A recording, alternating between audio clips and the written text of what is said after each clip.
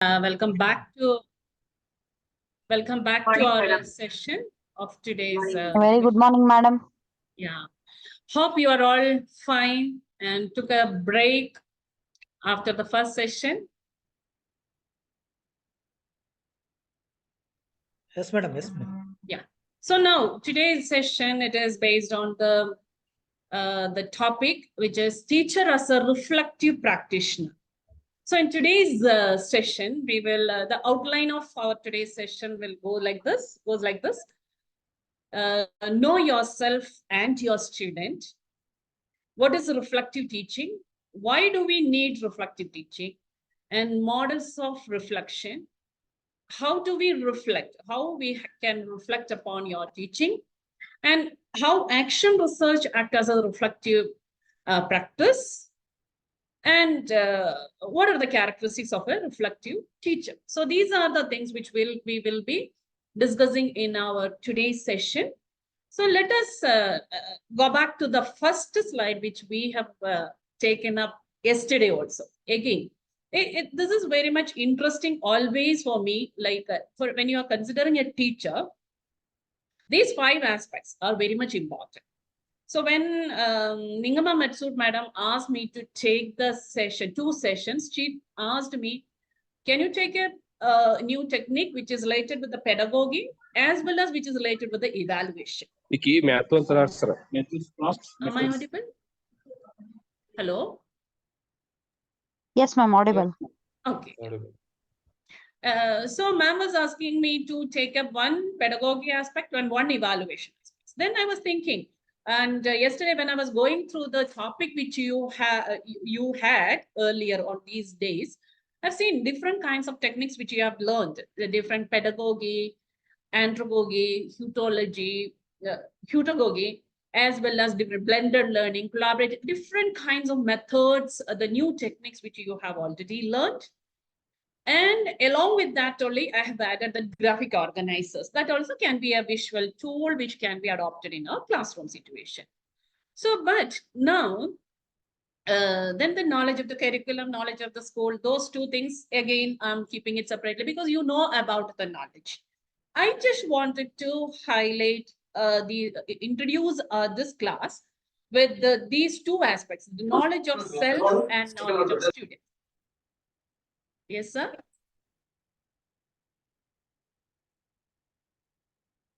Hello. Yeah. So knowledge of students as well as knowledge of students. So what do you know about yourself, or what is the difference between your students and you when you are thinking about yourself? So here, you just look at the picture. Can you see any generation gap? Could you able to see the picture? Yes, madam. Yes, madam. Are you agreeing with this picture? Is there any gap? Of course. Yeah. So maybe there is a generation, the difference in attitude, the behavior, the perception, the culture, language, priorities, social norms between generations. The generation gap is existing always, everywhere. So maybe you can see, is there any generation gap between you as well as your students? The students who in the higher education sectors, the age, the generation gap. So let us see the study about the categories of different generations. Yes, here you can see the different generations. So you can see according to your date of birth or the year of birth, you can find out you belong to which generation. Maybe you are in X generation, not X generation, maybe very less members. Generation Y, Z, or alpha generation. You just see the categories of generation. Anyway, we can assume that your students or our students are not under this generation alpha, right? Generation alpha, maybe the school students are there in that generation. So what about your the students generation? Your normally most are based on this one, your generation, your students generation. Is it generation Z? Z generation. Z generation. Yes, that's correct. So Z generation, we can see the Z generation. So this is a big challenge. Maybe I'm in this generation Y, I belong to this generation Y, and our students belong to generation Z. There is a generation gap. In the first picture also, I've shown that there is a generation gap between the teacher as well as our students. So that is the biggest challenge in our today's classroom situation, right? I hope you are all agreeing with that. This is the biggest challenge which we are facing, because our attitude, our perspective, our perception, the values which we followed is entirely different. This is based on the difference in the culture, the difference in the system, education system, all those things. It matters, right? It may be based on the technological advancement, that also matters, right? So this is, so here you may be knowing about the two terms, digital natives as well as digital immigrants. See, this is Mark Prensky in 2001 coined these two terms. So can anyone tell me the difference between the digital natives and immigrants? Whether you belong to the digital native or you belong to the digital immigrants. Ma'am, natives, sorry, can I? Yeah. Ma'am, I think digital natives would be the alpha generation who have grown up or have seen these through and through their lives, and digital immigrants would be probably a set of people like us who are learning it on the way in Yes. as per our needs. Yes, yes. So that is what this is exactly your explanation is very correct, ma'am. Thank you. So this is the digital natives and digital immigrants. So we should understand the students whom we are meeting. We are finding out. Sorry. We are seeing a different generation. So the difference between the digital natives and digital immigrants. Maybe we can see the difference with this picture which I have shown. The digital natives are multitask. They'll have the parallel thinking, multimedia, the multi-resources. But when it comes to the digital immigrants, limited resources, the text, we'll be concentrating on more on the textual aspects, sequential thinking.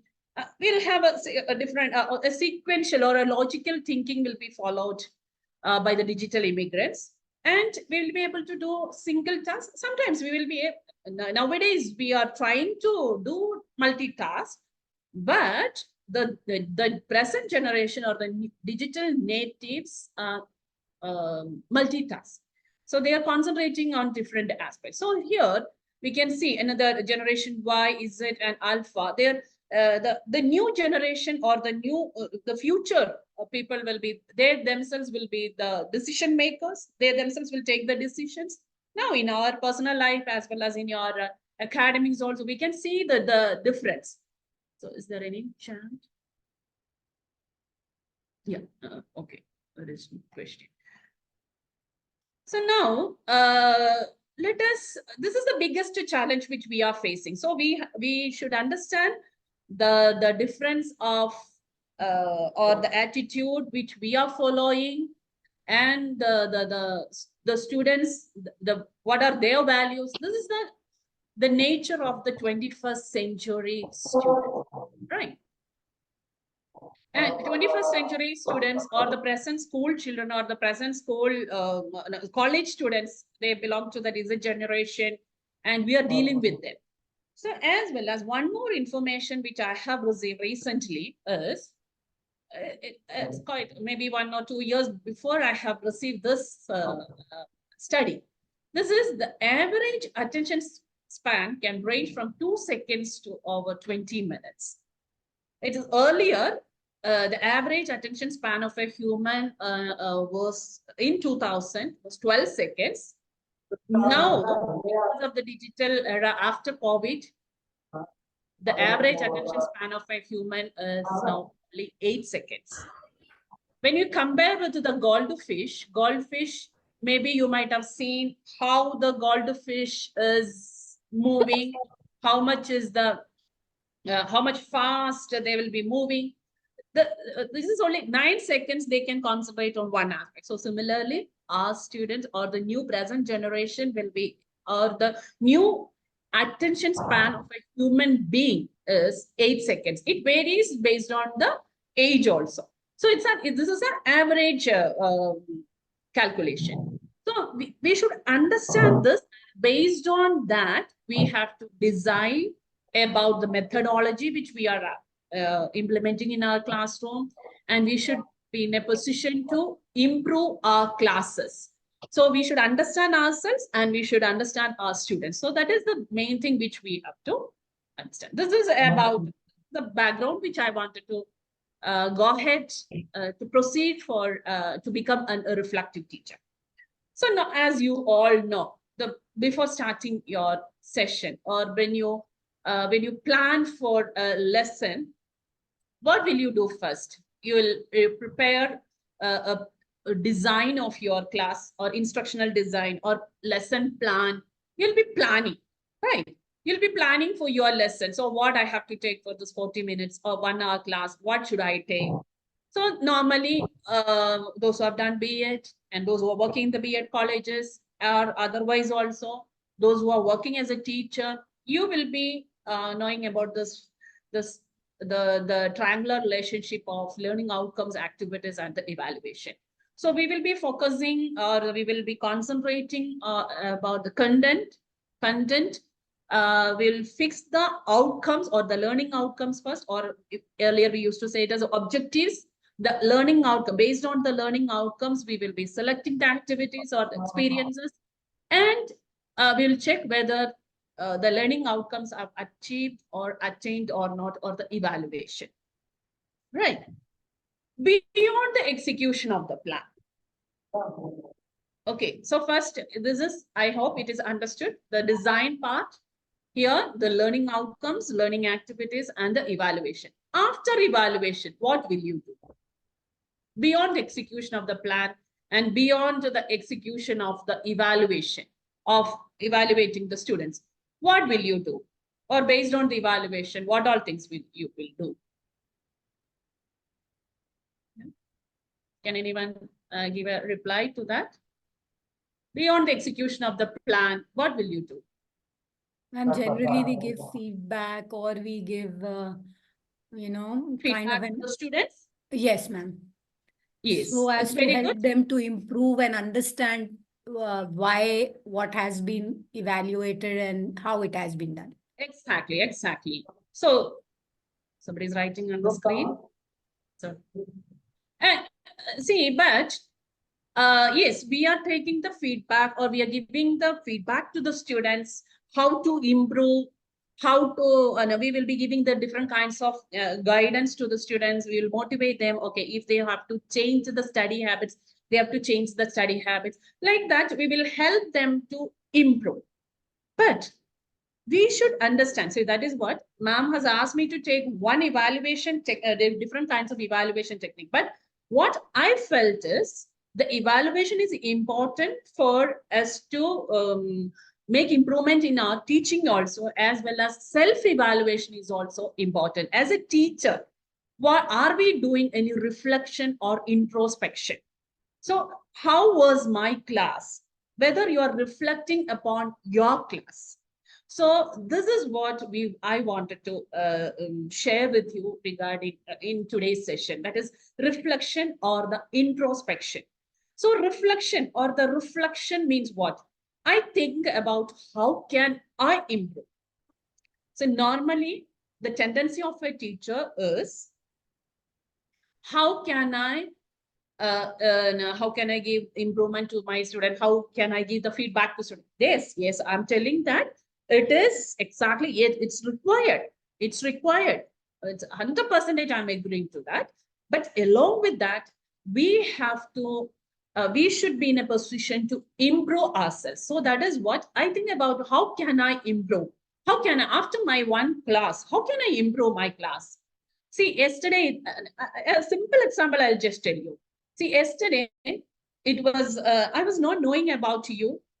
And I was not knowing whether you will be interacting during the class. I don't have any I don't have any knowledge about your background, etc. But I know that you are our teachers. And looking at the internet connection problem also, I just went to the UGC-HRDC, and from there I was presenting the presentation. But yesterday's class, I started evaluating myself. What are the problems which I faced? And then I faced that I was not in a comfortable position. So I thought, okay, I'll take a decision. I'll make a change. I'll be comfort. I'll make a place where I'm comfortable. So in my office itself, if I'm sitting, I'll be more comfortable. So this is the way I started thinking about the class which I have taken. So this is exactly what we call it as reflective. So the reflection means, what is reflection? It is the ability to reflect on one's own actions so as to engage in a continuous process.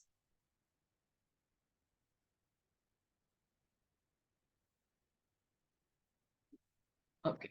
The ability to reflect on one's own actions so as to engage in a continuous process of learning.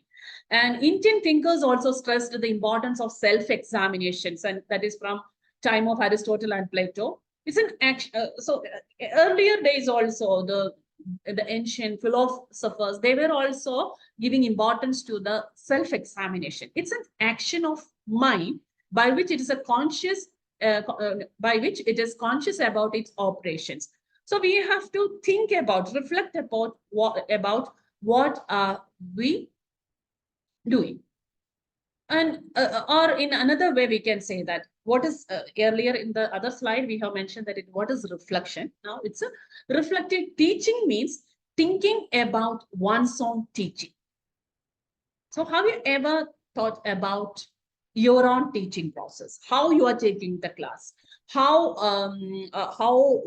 well I could take today's class, how was my yesterday's class, do I need to make any changes? So fortunately today we had one knowledge sharing session in our staff room. So at that time one sir has given one small information that today is World Thinking Day. So then I was thinking that, okay, this is the right day I have taken the same topic to the teachers who are there with me. So it is thinking about one's own teaching. We have to think. If you think about your classes or whatever it is, whatever process, whatever action which you are taking, you have to think about that. That is called thinking about our own teaching or reflective teaching. So reflective teaching, it's a process where teachers think over their classroom practices, flashback of the teachers on daily classroom practices or classroom activities or practices and experience for his professional growth. For our professional growth, we have to go back. Normally, we won't go back, especially in the higher level and all. Okay, yes, we have taken the class. That's enough. Yes, whether the students, maybe based on the students' results, we will evaluate them, but we have to evaluate ourselves also. How the practice might be improved or changed for better learning outcomes. So that also, for better learning outcomes, what I have to do, make sure you are responsible for yourself and for your students also. So that's very much important. You are a responsible person. So in order to make improvement or in order to make the changes, you should be in a position to change. So why do we need reflective teaching? When it comes to the need for reflective teaching, it allows to become independent thinkers. So independently, you will be able to think about yourself, your class, or your actions, and helps to make the teacher more active, so that once you start thinking about your class, you will be more active. And teacher gets awareness about students' thinking and feeling.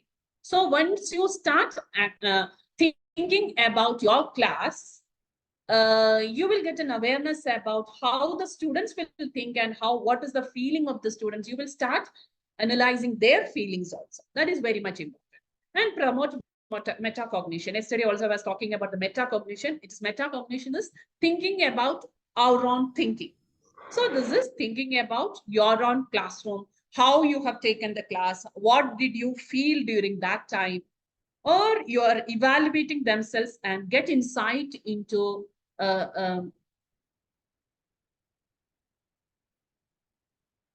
into the strength and weaknesses. Evaluate yourself and get insight into the strength and weaknesses of yourselves. So you can find out what are your strengths, what are your weakness. So for that reason, we have to reflect upon our classes. The reflection is very much important. And some more points are there, that is accept other criticism open-minded. See, there when you look at what are the methods which we can adopt for reflective teaching, the others criticism normally in the B.Ed classroom situation nowadays in almost in all the universities in the B.Ed curriculum, we have added one term called writing, reflective journal or reflective practices. It's already implemented. So there, when the students are taking the class, especially in the B.Ed colleges, the teacher educators will be giving a criticism based on the class which they have taken. So there, they should be in a position to accept it open-mindedly. So similarly, as a teacher educator or as a teacher, maybe there are different options to get the criticism from others. So you should be in a position to accept that criticism open-minded. And problem solving and decision-making process. So different situations, when you start reflecting upon your classroom situation, you'll be able to solve a lot of problems, and the decision-making process also will be very easy. And it fosters critical thinking abilities and progress and develop the teaching performance also. Obviously, I'm sure once you start reflecting about your class, you can improve in your teaching learning process. And there are so in order to help us to how to do the reflection, there are different models of reflection.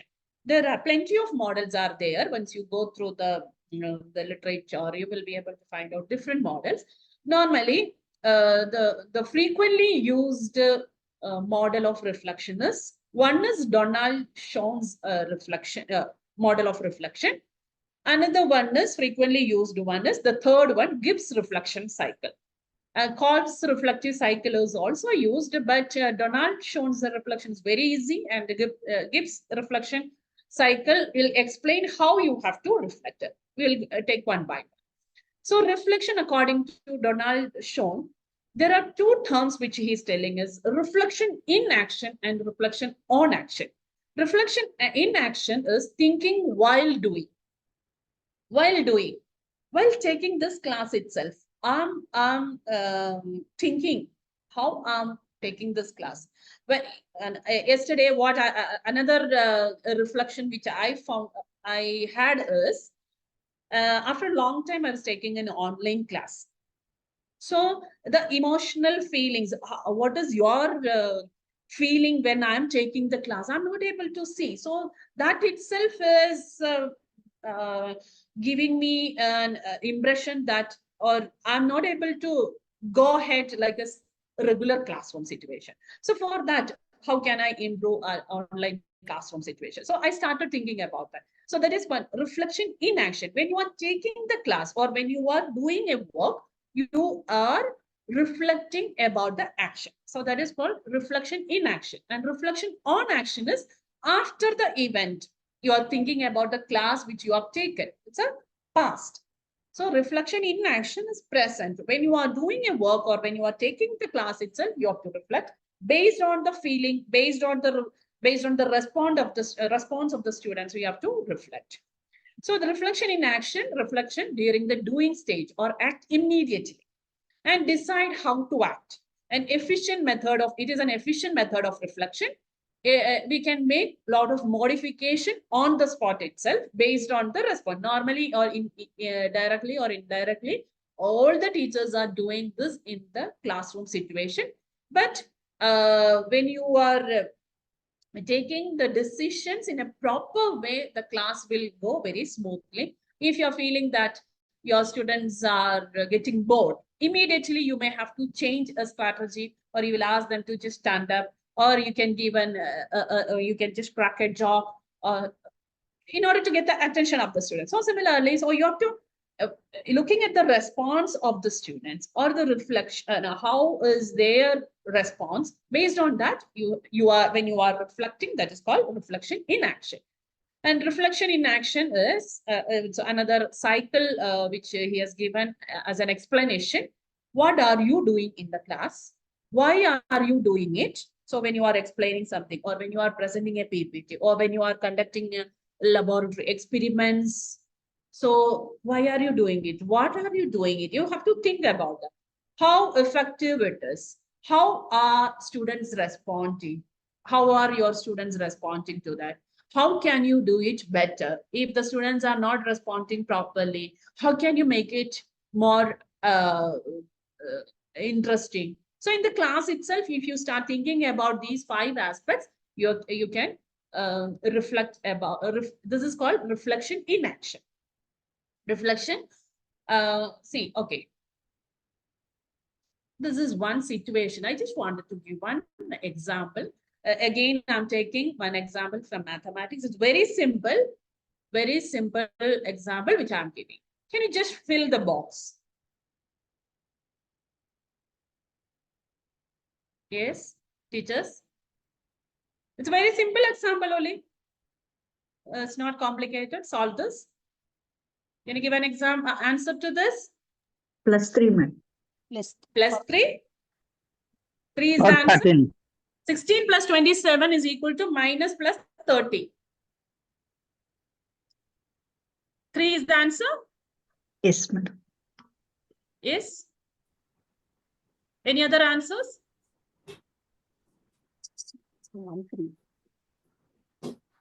13. Sorry. 13. 13.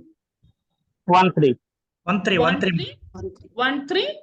Yes, madam. Is it 1 3? So the first one who has given the answer. Yes, 3, madam. is it Shalini, 1? madam. Shalini. Yeah, One- Shalini ma'am. 1 3, ma'am. 1 3? Yes, ma'am. Are you all sure, or is there any other answer? Is there any other answer? 1 No? 3. 1 3 is the right. Okay. No, So madam. how did you get that 1 3? By adding 2, that By adding? Which one you have plus added? 27. 16 plus.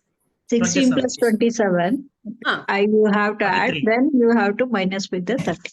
30. So this is the way you have done. Any other answer? Shalini ma'am, how did you do? Yes, How did you madam. get the That's 3? what I told you. 16 plus 27. Ah. Later on, we will shift that one to minus 30. Then you will get 30. Okay. Okay. So this is the answer which you are telling, that 16 plus 27 is equal to 43. Or 43 minus 30 is equal to 13. So 13 is the correct answer. This is our expectation, right? Can anyone give any other solution? So this is a normal classroom. I will get the answer like this. And I don't know why, maybe all of a sudden Shalini ma'am has got a confusion. So maybe that is the reason. Or maybe I have to handle, if it is a regular classroom situation, I have to check how the student, why the student has given this answer. So let me just give you another interesting answer. You just read this. Plus 13. Another person has done like this. The calculation, the process was like this. 30 is more than 27. 3 more than 27. So if I subtract 3 from 16, I will get 13. So 13 is the correct to make the two sides equal. How is this answer? That's all right, madam. That's also right. Yes. That's a different kind of answer you are getting. For Divergent us, thinking. same, Divergent thinking. yes, divergent thinking. The students are there. In your class, you may get to the first answer or you may get the second answer. So based on that, you can, based on the response of the students, you can reflect upon how the students are thinking or how I have to, maybe there's a second one. If you are following, always the mental calculation will be easy for the students, always. So 16 plus 27, okay, they have to calculate and make, instead of that, it's a very simple method which the second student have adopted. So maybe we can use that and explain that to the other students also. This is the way mental calculation can be done easily. So like that, in the class itself, whenever based on the response which we are getting, we can reflect. So that is what I wanted. And reflect in action, we have already discussed, and we reflect on action, reflect after the class. So after the class, that is helps for better performance in future. That is not for the present class. For the better performance in the future, I can reflect. So it can be performed in 4 levels: your technical aspects, or descriptive way, dialogic way, or the critical way. You can think about how can you improve different ways, the techniques which I've adopted, or you can write it in a descriptive form, a dialogic form, or a critical way.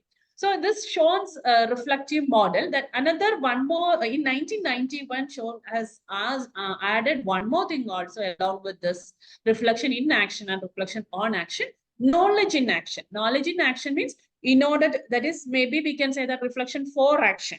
That is, before taking the class, normally we will be planning your lesson during that knowledge in action. So, okay, today's class, I have to go to the class and I have to do this, etc. That is called knowledge in action. That way also, these 3 different stages are there for reflection. This is about Sean's reflective model. And Kolb's reflective cycle says that it is a little abstract. Maybe we will concentrate on the next cycle. This is concrete experience. He is telling that there are 4 major points which says about Kolb's reflective cycle. It is concrete experience, doing, having an experience. When you are doing, you will have concrete experience, and observation, reviewing and reflecting on the experience. Whatever concrete experience which you have to reflect upon that, and you have to abstract or conclude what I have, abstract conceptualization. So what kind of decision I have to take. And next is the planning for the next class, active experimentation. What should I do?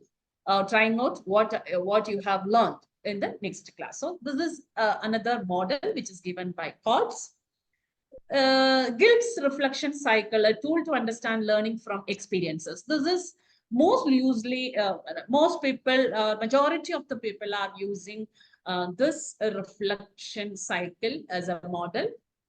See, there are 6 steps, or this cycle consists of 6 process.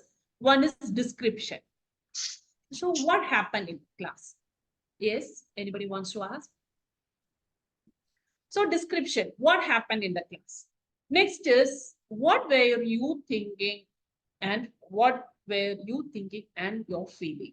So maybe after the class, this is gives a reflection cycle, says that you can come back to, or after the class, what you have to do is you have to think in this way. What happened in your class? You have to describe about it. The feelings, you can evaluate about that, and your analysis, conclusion, and the action plan. You'll take one by one. So the description means describe the situation in details. These are some questions which you can ask in the ask about your class to yourself. What happened in the class? What did you do? Were there others involved in that situation? What did other people do? What was the outcome of the situation? A description about your class. You just analyze yourself.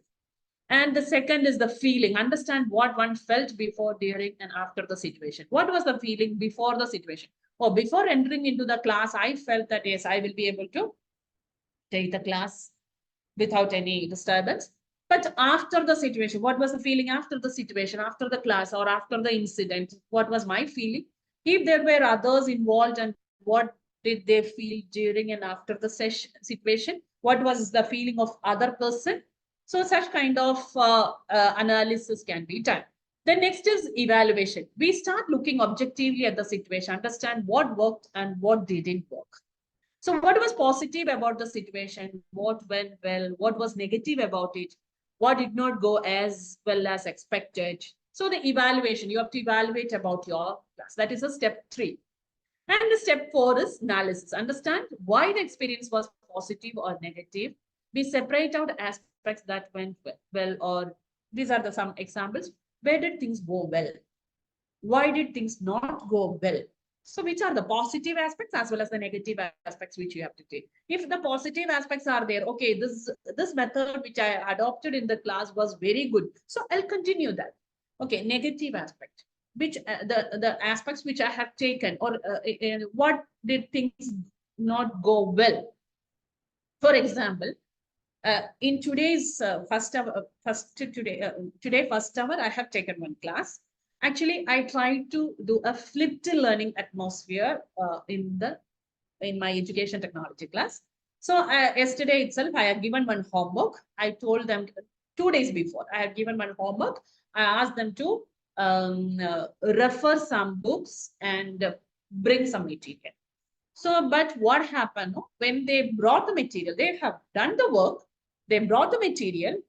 What happened is, this was actually scope of education technology. I have asked them to just refer and bring it back. So the students, they've just written only the heading. They expected that I will ask only what are the scopes. They can just say what is the scope. But I told them to give an explanation. But at that time, they were not able to do it. And I wanted to do a group work also to share their opinion about each point. At that time, I found out that, yes, they don't have the material with them. So immediately we have shared the material through mobile phone. I asked them to refer through mobile phone. And they have analyzed each and every point. And based on that, they started discussing. So here, they brought the material. That was a positive aspect. But then what did things not go well? Whatever I have experienced, based on that, it was not going. So what additional knowledge can help me to understand the situation better? So immediately I have taken a decision and did it in a different way.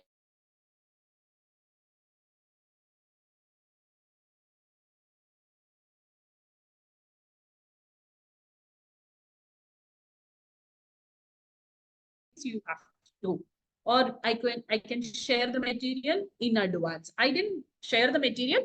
I've asked them to go and refer and come back. So, hello, yes, am I audible? Yes, ma'am. Yes, ma'am. Yes, because internet connection is poor. It was showing like that. Yes. So yes. here, that is next, based on the analysis, you can make a conclusion. We draw conclusions on what happened. As I said, summarize the learning and highlight what changes could improve the outcome. So what did I learn from this situation? So in today's class, I have learned this. So what skills do I need to develop for me to handle a situation for everyone involved? Is there anything else I could have done? And the action plan. Yes, for my next class, I'll do like this. How will I develop the skills needed to get better? How will I review my progress? What would I think differently next time? So these are the 6 steps which are involved in the process of Gibbs reflective cycle. Again, I'm telling you, these are the things which you are doing directly or indirectly in all the sessions. But if you focus more on this, your professional growth will be improved. That is what I wanted to say. So what are the different strategies which can be adopted for reflection in the class? Self-assessment. So which are the different ways you can assess yourself? So one is in the B.Ed colleges also, we are asking the students to keep a teacher's diary or a reflective diary, or we will say that as a reflective journal, describe about one's own reactions and feelings. You can use this model for writing this reflective journal. And self-talk, that's another technique which we can adopt. Self-assessment, you can just ask yourself, what happened? Or maybe you can keep a self-questionnaire or questionnaire. Earlier, I have I have shown some questions. Now, that's questions itself. Self-questioning. A questionnaire can be prepared based on that. And a recorded lesson or a video or audio lesson of your class. It's a little difficult to watch your own class. Normally, when you were taking the online classes, and if somebody asks you to prepare a video lesson and send it to the class, and you may not be interested to see that class because you'll have a lot of mannerism, but still you should see that and you can improve yourself. And teaching blogs, teachers' insights about teaching by creative writing. Different creative writing, you can post it on your blog, and the feedback which you're getting from different sources, that may help you to reflect about your process. This is self-assessment. Or so here, certain questions you can adopt. What worked well today? What did not work or could have been more effective? What was missing or needed? What's important for me to do tomorrow, next week? If I had to pick a word or a phrase for today, what would it be? Or anything else. So like that, some questionnaire or some pre-planned questions can be there for reflection. And strategies or the method that is for the self-reflection. And the other methods which we can use as external assessment. Earlier, I have mentioned about the self-assessment. Here, external assessment. External assessment in the sense, you can take the feedback from your students. That is the best method to practice reflection. You can take the feedback from your students and the peer observation. So you can ask if you're comfortable with any of your colleagues. You can invite them to your any one or two classes and ask the critical analysis or a critical observation. Again, I have highlighted it in with the yellow color, that is positive rather than a negative experience. So if you're calling another person, that person also should take care of like this. Not only the negative aspects, the positive aspects also to be considered. So you should think that that person wants to improve themselves or himself or herself.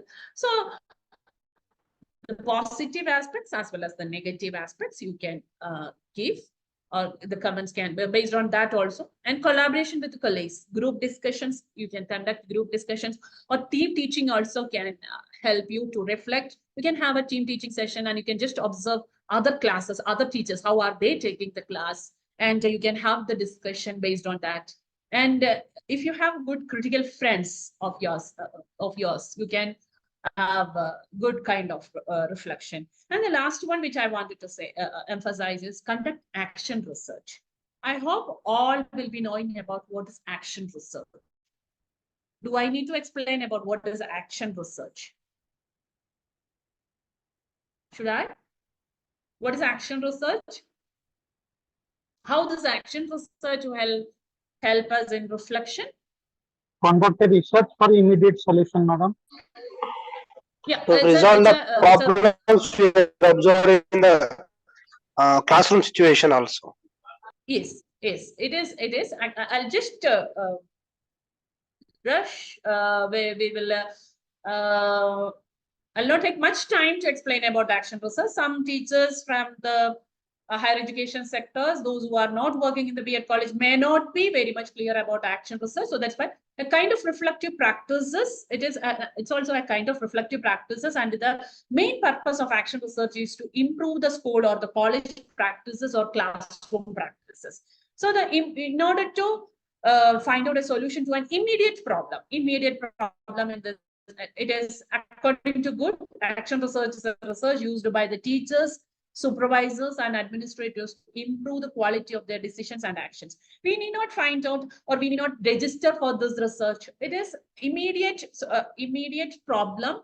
If there are any problems, you yourself as a teacher, you can conduct research why there is a problem, or you can find out an immediate solution or focused on the immediate application. So the Stephen M. Covey's definition also, you are aware about it. Action research is a process for studying problems by practitioners scientifically to take decision for improving their own classroom practices. So it is a study is conducted systematically to find out the solution of an immediate problem. So these are the process which is it. Identifying a classroom problem and developing an action plan.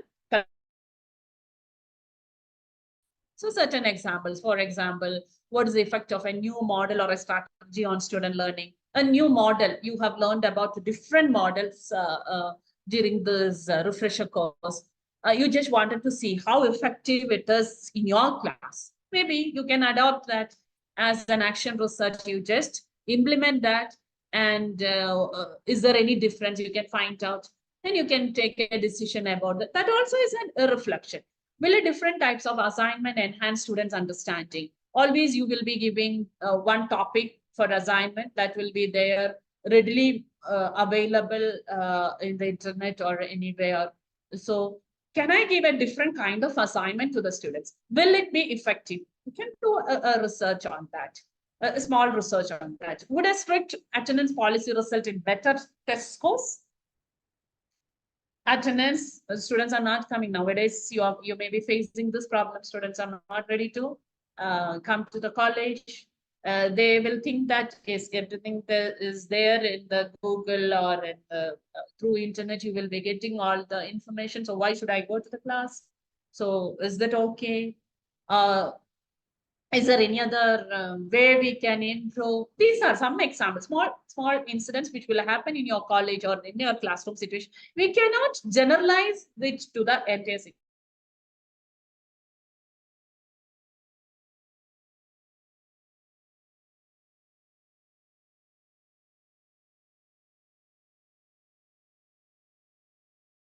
Researcher.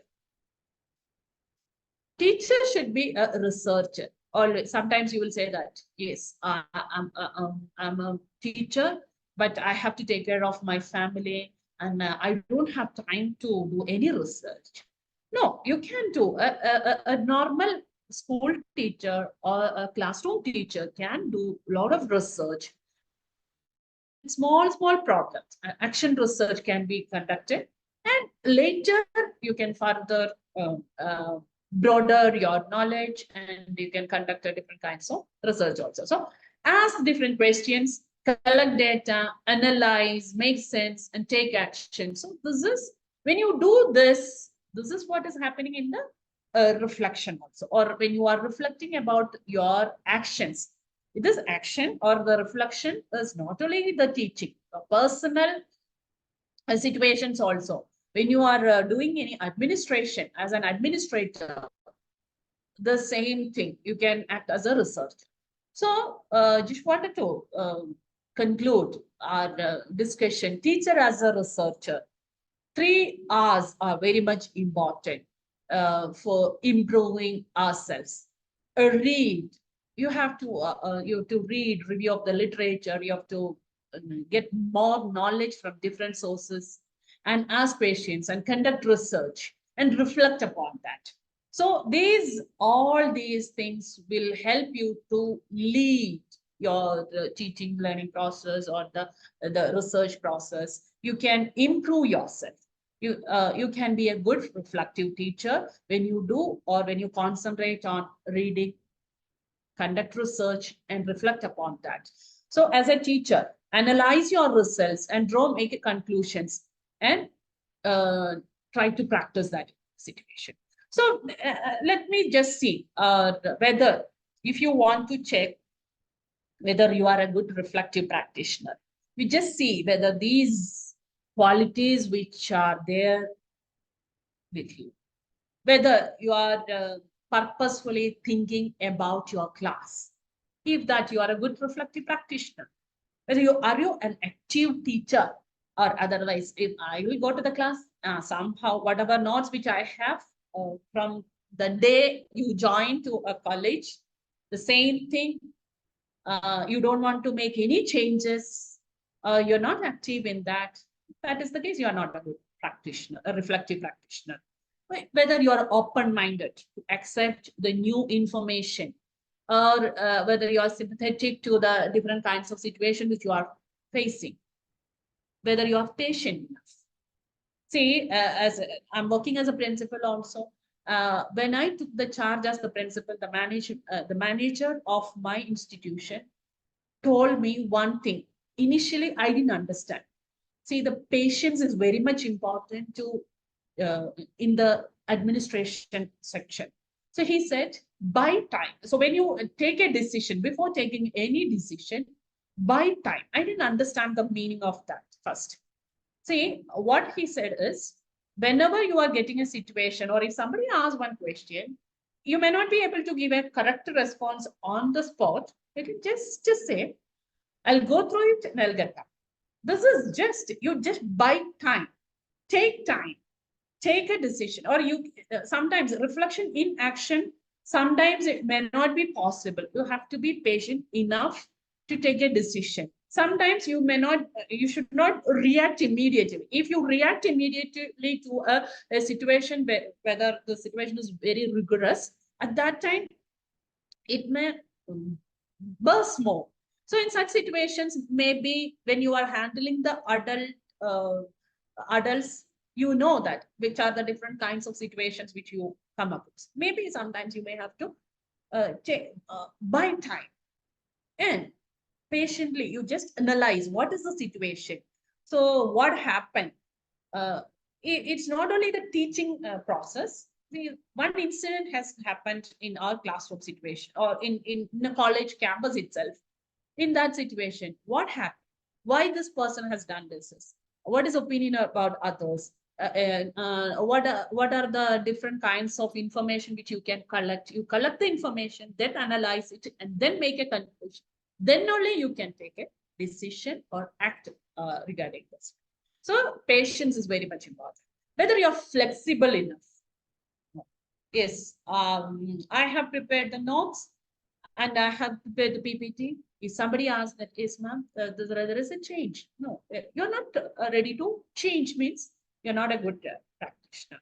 A tentative, always, whatever you are feeling with, can make it as a tentative thing.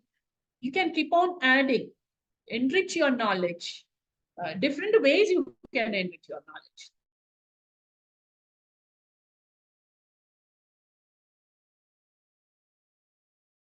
Of your classes, all these things are very much important. And look at ends and means. So you have to, which is the way you have to reach the destination or what is your ultimate goal, and which are the ways you can reach that. So you wanted to be an effective teacher or a best teacher or efficient teacher. So maybe you are, what is the goal which you are setting? If you want to be a reflective teacher, what is a way to attain that? So these are the certain characteristics which are required for a reflective practitioner. So you can analyze yourself. See if these all characteristics are there, good reflective practitioners. And another important one definition, a point which is highlighted based on the research which is conducted about reflection. Reflection leads to growth of the individual. It's not only cognitively, it's morally, personally, psychologically, and emotionally, as well as cognitively. When you are cooking at your house itself, sometimes, if you reflect about what you are doing at home, how you are interacting with your children, how you are taking one or the other problem in your life, whatever comes to your situation. So whether it is a moral thing or whether it is personal, whether it is psychological, whether it is emotional, this reflection, if you are doing reflection, it leads to the growth of the individual. For the growth, we have to think about what you have done. Thinking about your own action is very much important. So we started with one visual. So I wanted to end with the same visual which we have used from yesterday onwards. That is reflective teacher model. I said you should three major aspects. A teacher should aware about yourself, about your students, about your school, about the curriculum, and about the pedagogy. So about all these aspects, when you reflect, a reflective teacher should know about yourself. So what are your strengths? What are your weakness? What are your, how you can improve yourself? So that is knowledge about self, knowledge about your students. So what are the characteristics of your students, adults, or the types of learners? Yesterday we have mentioned about the different kinds of learners are there. Whether the learning style of each student also varies.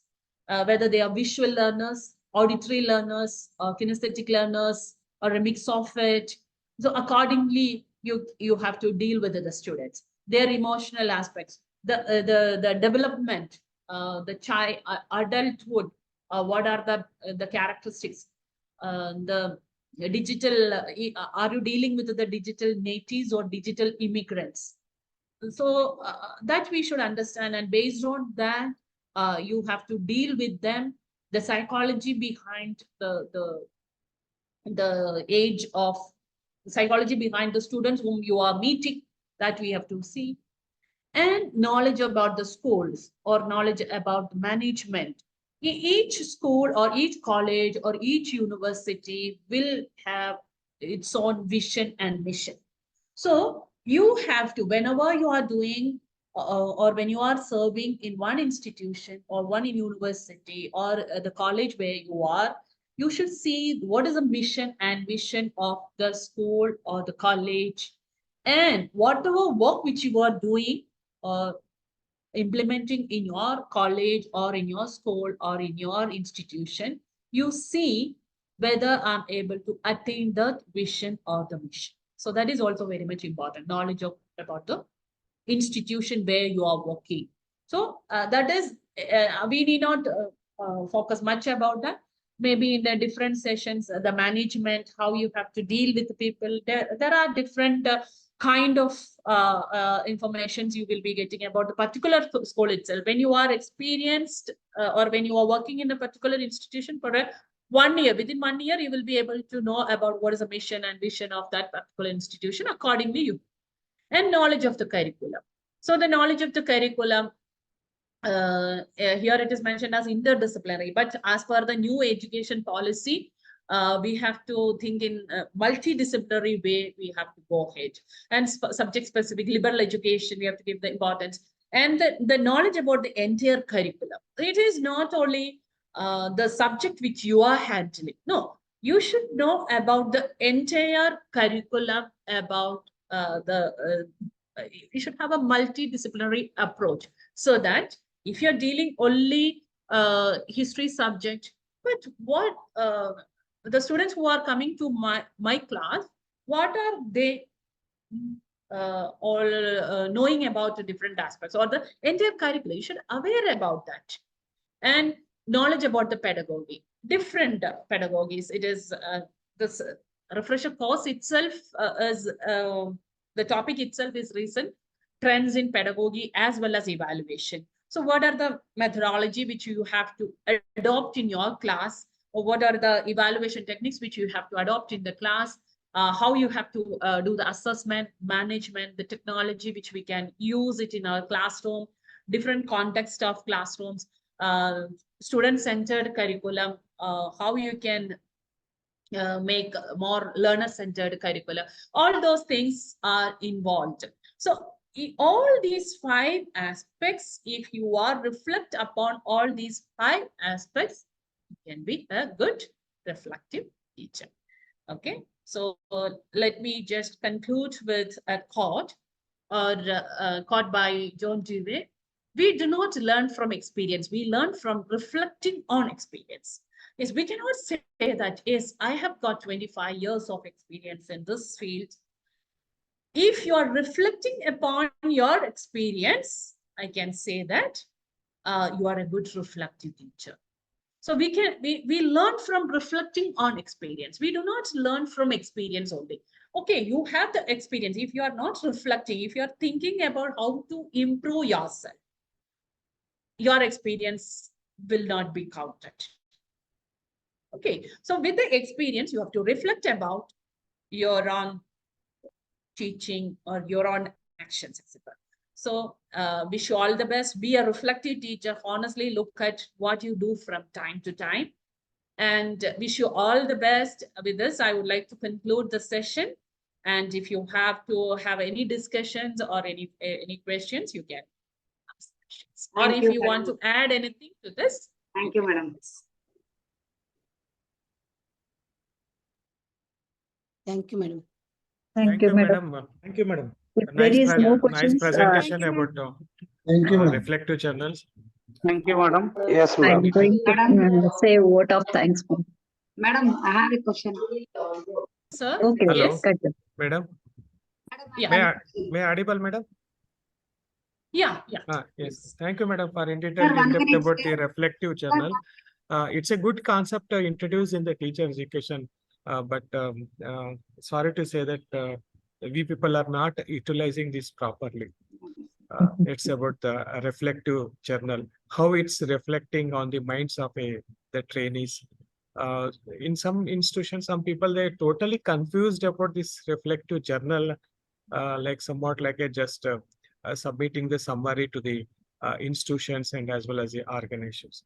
But it's Just like a diary they are yes, using yes, to someone. yes, yes, yes. But it's a good habits, best practices. We can say that reflective journal, how it's reflecting on the minds of the trainees, each and every both scholastic and as well as the post-scholastic aspect. It will help them to develop their good personality development in future. Thank you, madam. Madam, does it need training? Hello? Madam, does it need training? It's not need a training. We just wanted to know how we can reflect. Huh? But how, madam? Should What- be which practiced one? or what? Something like that. Reflection. Sorry, ma'am? Does it require a practice? Does it require a practice means initially, see now why we have introduced that in the teacher education sectors.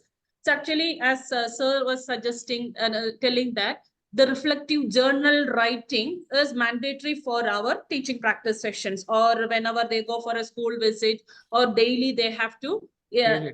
write the diary. Yes. So what are we doing? We are giving a practice.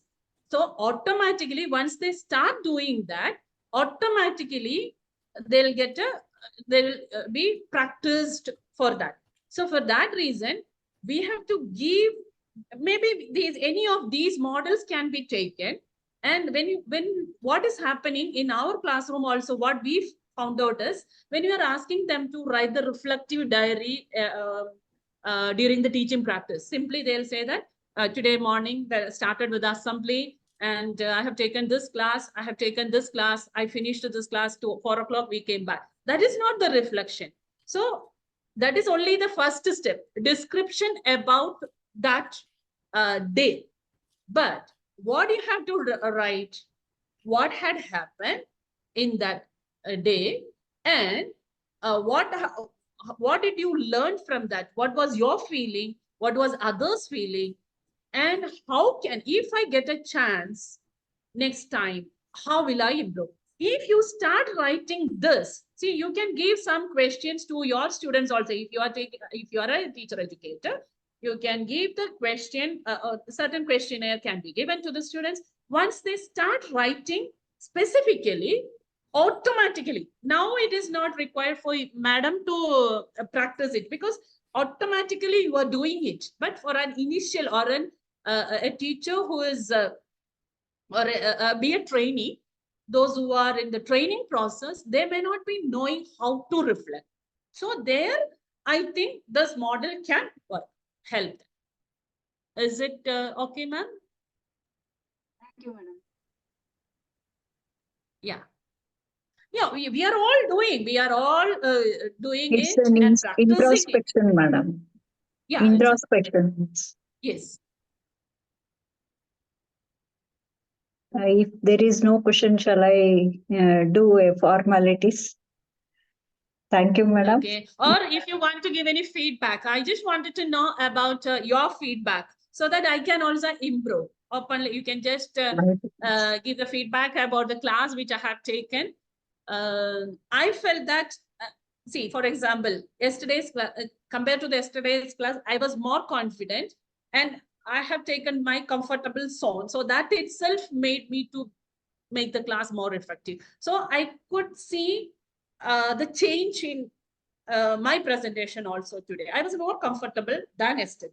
So this itself is a reflection. Yeah. So maybe I would like to just come some feedback about the class which today. Yes. if you. Yes, madam.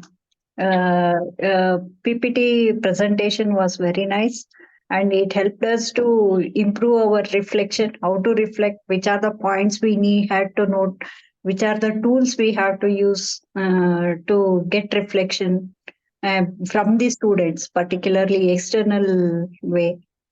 I am Yes. extending my sincere thanks to you, Dr. Priya Mathew, madam. As a principal, in the midst of all your work, you have taken strain and you have prepared PowerPoint presentation very nicely, and you have explained so comfortably. And for us, we felt as if we are well known from a very long period.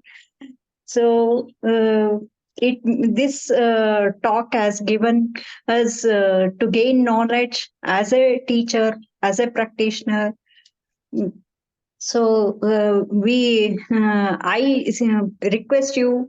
I want to say my sincere thanks to you on behalf of HRDC and all the participants and the organizers, Professor Ningama Sibetsur. Thank you, madam, for making us to be lively in your class, and we are motivated towards your lesson. So that's the thing. You have Thank you so much. captured our motivation till the end. Thank you, madam.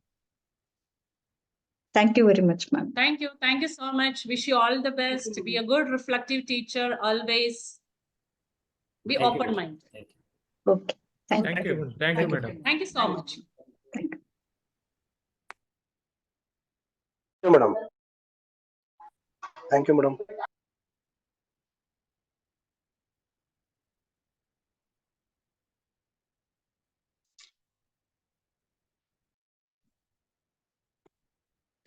Thank you, madam.